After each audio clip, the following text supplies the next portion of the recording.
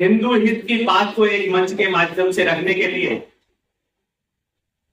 मुख्य भूमिका में आदरणीय गुरु जी एस आपटे जी, स्वामी चिन्मयानंद जी के सहयोग से श्री कृष्ण जन्माष्टमी के दिन विश्व हिंदू परिषद की स्थापना हुई।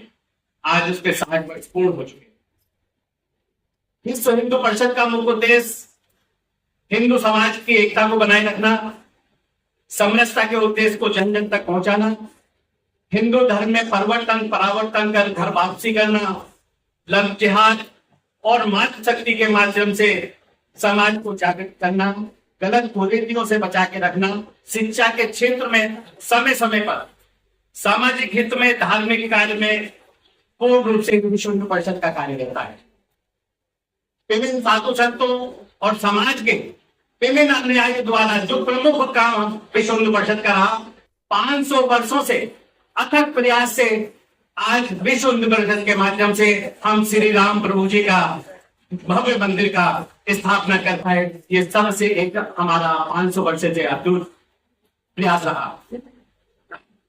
भौगोलिक दृष्टि के हिसाब से और क्षेत्र विस्तार के संबंध में नोएडा महानगर में 15 प्रखंडों के साथ 150 खंड और 515 उपखंडों के विस्तार किया गया है, जिसमें कि विवेकानंद प्रखंड भी एक अपनी भूमिका महानगर में निभाता है।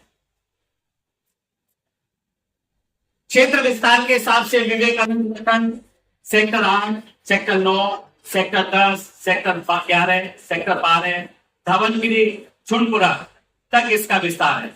महानगर में विवेकानंद प्रखंड द्वारा निर्धारित कार्यक्रमों में प्रमुख रूप से समय समय पर भूमिका रहती है। महानगर में चाहे शौर्य यात्रा हो, चाहे राम जन्मोत्सव हो, चाहे हनुमान जयंती बलोत्पासना दिवस हो, अखंड भारत संकल्प दिवस हो, स्वास्थ्य सेवाएं बलोत्पासना केंद्र और मातृशक्ति के द्वारा मातृशक्ति को आत्मनिर्भर बनाने के लिए विभिन्न प्रकार के प्रशिक्षण केंद्र भी चलाए जाते हैं। अत्याचारों के बारे में आप बहुत भली भांति जानते होंगे। हमारी एक बहन मौमिता देवनाथ को तो आप बहुत अच्छे से जानते होंगे कि उनके साथ कैसा व्यवहार किया गया। हालांकि ऐसे हादसे तो होते ही रहते हैं हमारे देश में, और हमारा देश भारत बहुत पहले ही आजाद हो चुका था, पर हमारे देश की बेटियां आज भी आजाद नहीं हो पाई है। इससे जुड़े मैं 2 पंक्तियां आपको सुनाना चाहती हूँ।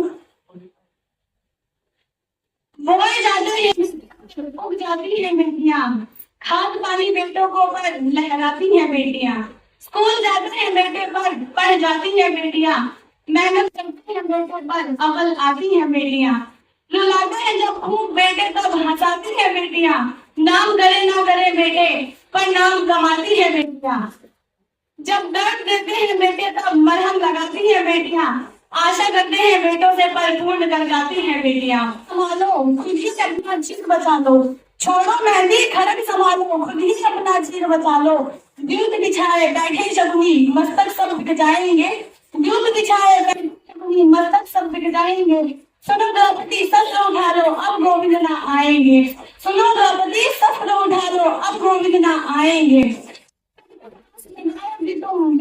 अखबारों से कब तक आस लगाओगी तुम बिके हुए अखबारों से, कैसी रक्षा मांग रही हो दुशासन के दरबारों से, स्वयं तो लज्जाहीन पड़े हैं, स्वयं तो लज्जाहीन पड़े हैं, वे क्या लाज बचाएंगे, तो सुनो द्रौपदी शस्त्र उठा लो गोविंद ना आएंगे। कल तक केवल अंधा राजा अब भूमि बहरा भी है, कल तक केवल अंधा राजा अब भूमि बहरा भी है,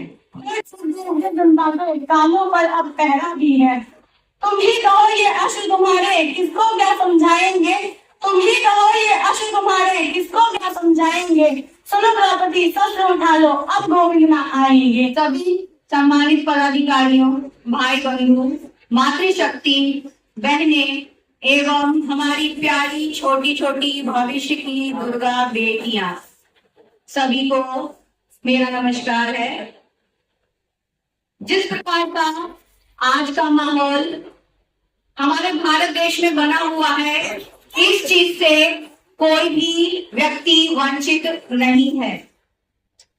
आजकल हमारे देश में घरों में लव जिहाद जैसे मामले एक दीमक के तरह घुस के हमारे घर को खोखला बनाए हुए है। तो मैं आज लव जिहाद के बारे में आप लोग को कुछ बताना चाहूंगी। वैसे तो लव जिहाद का मामला जिस तरह से चल रहा है, अधिकतर मातृशक्ति बहन बेटियों को पता ही है, लेकिन फिर भी मैं बता दूं लव जिहाद है क्या। तो मैं इसके बारे में बताऊंगी आपको कि लव जिहाद वो है जिसमें कोई व्यक्ति अपना धर्म, अपना नाम परिवर्तन करके हमारी प्यारी भोली भाली बहन बेटियों को अपने प्रेम के जाल में फंसाता है और फिर उसको सूटकेस में, फ्रिज में 32-36 टुकड़े काट कर उनको जिहाद का नाम देकर फेंक दिया जाता है। तो इसी के विषय में आपको मैं जागरूक करने के लिए यहाँ पे 2 शब्द कहना चाहूंगी कि अपनी बेटियों को हम सक्षम बनाएं, फूल नहीं, हम उन्हें मधुमक्खी वाले डंक के साथ उनको पालें कि अगर कोई जिहादी उनको अपने प्रेम के जाल में फंसाए तो उनको करारा जवाब दे। प्रेम की परिभाषा यहाँ पर ये जिहादी लोग बिल्कुल बदल के रख दिए हैं। हमारी भोली भाली प्यारी बेटी इस चीज को भूल जाती है कि प्रेम तो राधा ने भी कृष्ण से किया था, प्रेम तो मीरा ने भी कृष्ण से किया था, जिसके कारण उन्होंने विषपान भी किया। तो इस प्रकार के जाल में अपनी बहन बेटियों को ना फंसने दें। हम अपनी मातृशक्ति से कहना चाहेंगे कि अपनी बेटियों को धर्म के प्रति जागरूक करें, अपने धर्म को बता